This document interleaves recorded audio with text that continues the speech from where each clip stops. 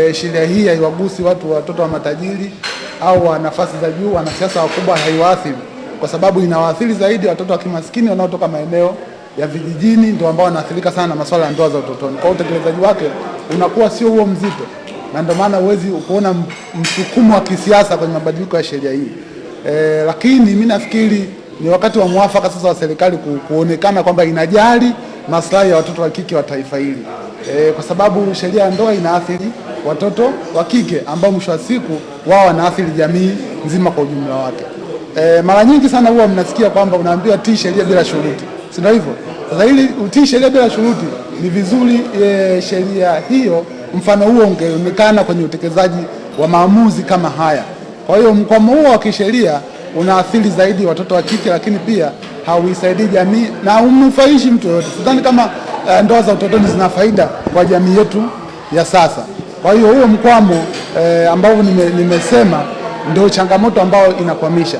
Kwa hiyo ni muda mwafaka sasa wa serikali, kama ambavyo wanakimbiza kwa hati ya dharura kwenye sheria zingine, basi kuona umuhimu wa mabadiliko ya sheria hii, kwa sababu mahakama ikishatoa maamuzi, kinachofuata ni utekelezaji, hakuna mjadala mwingine. Serikali sasa kupitia Wizara ya Katiba na Sheria inaendelea kutoa elimu kwa jamii ili tuweze sasa kuwa na sauti ya pamoja wote kuelewa. Tafahamu kwamba wizara inaratibu kampeni ya msaada wa kisheria Mama Samia, ambayo imefika karibu mikoa yote nchi nzima ambako inatoa elimu. Lakini kule kwenye elimu utakutana pia na hizo challenge. One of the challenge tunaokutana nao kule, hata wananchi wenyewe, mtu anakuuliza swali ambalo wakati mwingine na wewe mwenyewe ukilifikiria unapata ukakasi. Anakwambia, hebu fikiria, mimi nina mtoto wa kike amemaliza shule ya msingi yuko hapo, sasa ninamzuiaje? Nitafanyaje sasa? Akae na mnakumbuka tuna mila na desturi, mtu kuzaa nyumbani pia ni sehemu ya changamoto. Kwa hiyo sisi kupitia hiyo kampeni tunaendelea kutoa elimu. Kwa hiyo serikali haijakaa kimya, bado inaendelea kutoa elimu ili jamii ifahamu umuhimu na uelewa na namna ya kulinda msichana na kulinda mtoto kwa ujumla. Lakini vile vile mtakumbuka kwamba tunayo sheria zingine. Ukiacha sheria ya ndoa, bado tunayo sheria ya mtoto ambayo inalinda haki za mtoto. Tuna sheria ya elimu inalinda haki za mtoto. Lakini mtakumbuka sheria ile kanuni ya adhabu sura ya 16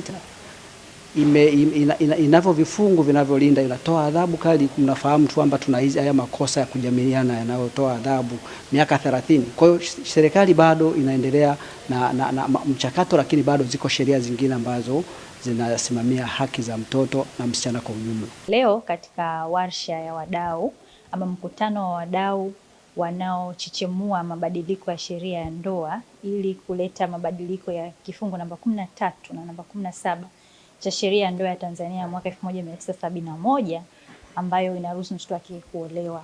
Na tukumbuke kwamba sisi kama shirika la Msichana Initiative mwaka 2016 tulipeleka kesi mahakamani kwa ajili ya mabadiliko ya hiyo sheria, ambapo katika mahakama kuu mahakama ilisema hivyo vifungu vibadilishwe kupitia Wizara ya Katiba na Sheria, na mwanasheria mkuu wa serikali alikata rufaa, ambapo mwaka 2019 katika mahakama ya rufaa ambayo ndio mahakama kuu kabisa ya mwisho nchini Tanzania, mahakama ya rufaa ilishikilia uamuzi ule wa mahakama kuu kwamba hivyo vifungu vibadilishwe, na Wizara ya Katiba na Sheria ikaanza mchakato wa mabadiliko ya hiyo sheria kubadilisha hivyo vifungu vinavyoruhusu mtoto wa kike kuolewa.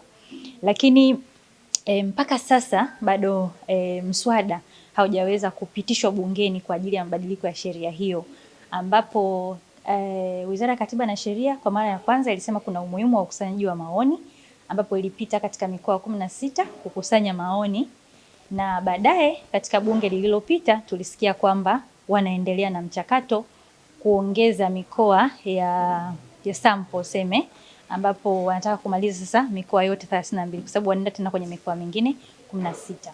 Sisi kama wadau tumewaleta hapa wadau mbalimbali kuangalia ni kwa namna gani tunaweza kuweka uwiano sasa wa jitihada za serikali kwenye kuhakikisha inafanya haya mabadiliko, lakini na majukumu ya serikali katika kuhakikisha kwamba yanaleta haya mabadiliko kwa wakati, kwa sababu kadri mabadiliko ya sheria ya ndoa yanavyozidi kuchelewa ndivyo wasichana wanavyozidi kuathiriwa. Kuna sauti nyingi, lakini si zote zinasikika. lakini kuna sehemu moja ambapo kila sauti ina thamani. Hapo ndipo ilipo Global TV, sauti ya wanyonge, mtetezi wa wasio na pa kusemea. Global TV ni YouTube channel inayopendwa na watu wengi. Una biashara? Chagua platform yenye watu halisi. Tangaza kupitia Global TV. Next level.